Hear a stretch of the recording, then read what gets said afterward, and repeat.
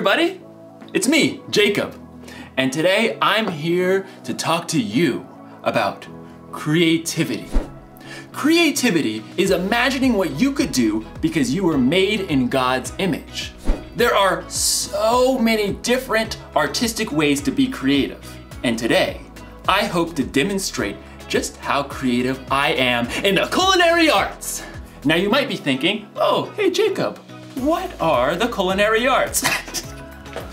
And that's totally okay because I had to look it up too. I had no idea. So allow me to elucidate. I had to look that word up too. Okay. Basically it's this. I'm making chocolate. Yes! You see, I started thinking, I know I'm creative because I was created in the image of God, but what if drawing and sculpting and, art stuff isn't my thing? What if chocolate making was my thing, my purpose? And time for the last thing, the cocoa powder.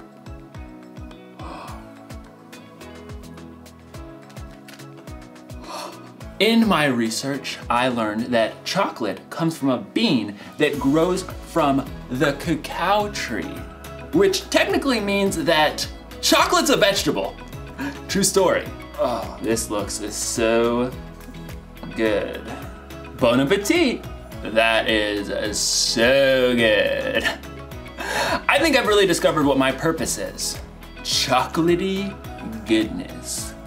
It's like in today's story. God had a purpose for a woman named Esther, and you're going to find out if she discovered her purpose before it was too late. Time to check the old recipe book. Oh, let's see. Chill for 4 hours. Chill for 4 hours. No, I'm kidding, obviously. It means to put it in the freezer. Just, duh. I had to look it up. And I spent 2 hours in the freezer before I realized that it meant the chocolate and not me. So, see you soon. The Bible. It's 66 books of history, stories, letters, and poetry that fit together to form God's one big story. The epic adventure of how He created us and loves us so much that He made a way to rescue us. As we travel through the Bible, from Genesis to Revelation, we discover people who met God and found their lives changed forever. Now, for an amazing story. Inspired by the Book of Esther. Esther was the queen of Persia. Wait, what? Queen? Esther didn't become queen in the usual way. See, her father wasn't a king, and she wasn't from a noble family. It's just me and cousin Mordecai. In fact, Esther was Jewish. Many of God's people had been captured and brought to Babylon when their home, Judah, was conquered. Then Babylon was taken over by Persia. So Esther grew up in a land that wasn't her own.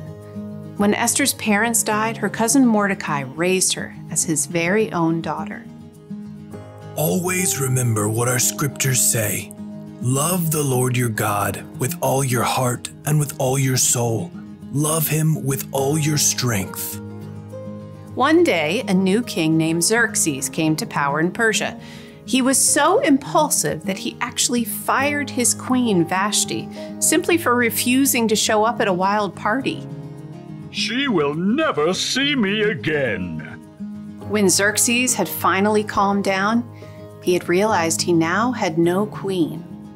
I have no queen. He would have to find a new one. I must find a new one. So the king decided to hold a contest. He ordered his officials to gather the most beautiful young women in the land and put them through an entire year of beauty treatments. Esther was one of those girls chosen.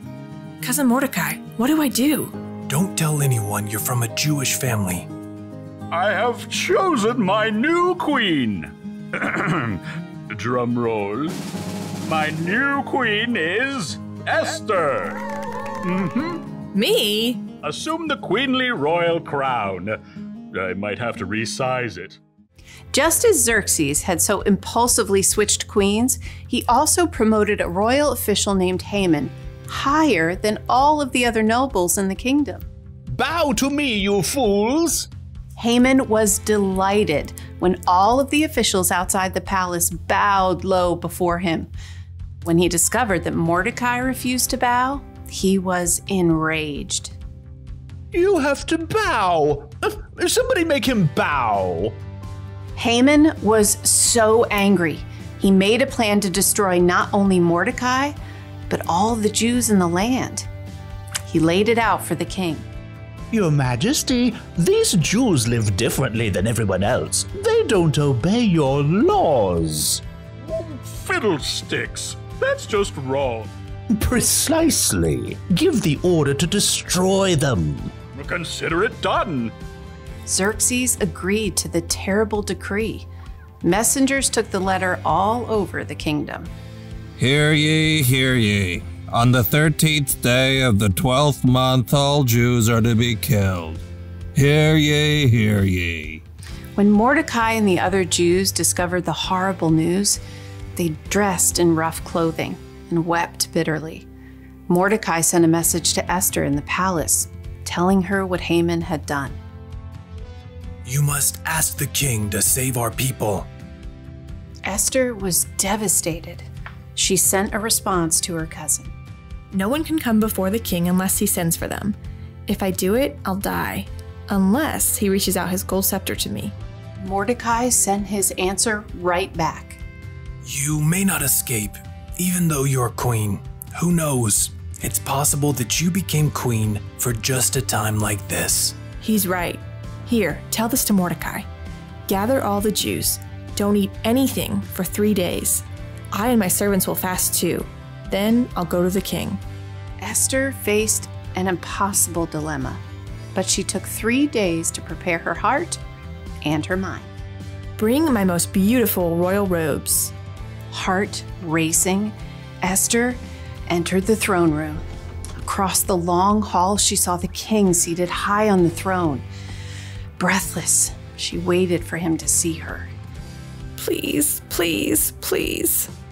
The king looked up. His dark eyes locked on Esther's face. And then he smiled. He reached out his golden scepter. Thank God. What is it, Queen Esther? I'll give you anything, up to half my kingdom. Esther could have made her request right away, but she knew she would have a better chance if she made the king curious.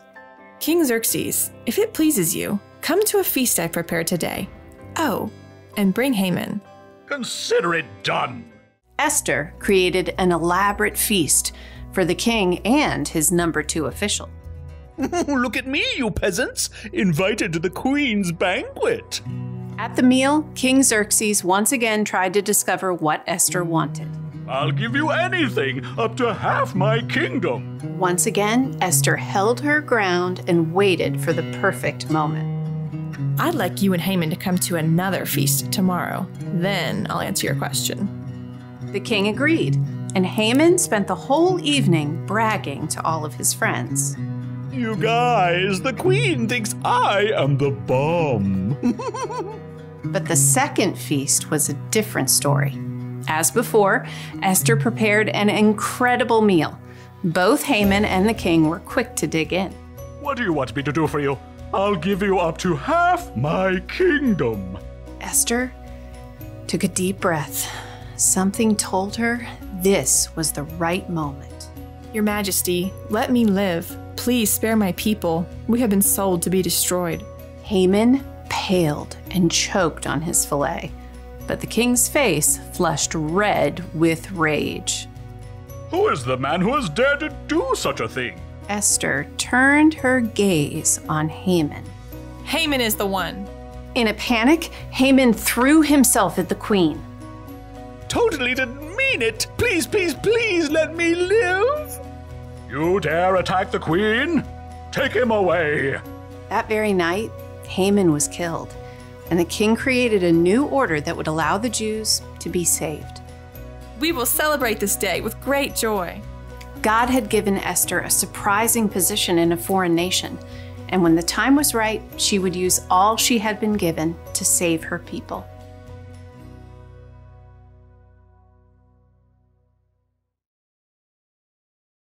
God always has a purpose. He had a purpose for Queen Esther when he put her in the right place at the right time to save her people. He had a purpose when he sent Jesus to pay for the sins of the world. And here's something you may not know. God made you for a purpose. It's true. Now, you may not have to save a bunch of people from total destruction. I don't know, or maybe you will. Who knows what God has planned for you? But I do know God has a plan and a purpose for your life, whether it be big or small. So think about it. What's your purpose? Is there something you like to do more than anything else? Like baking, or organizing, or juggling.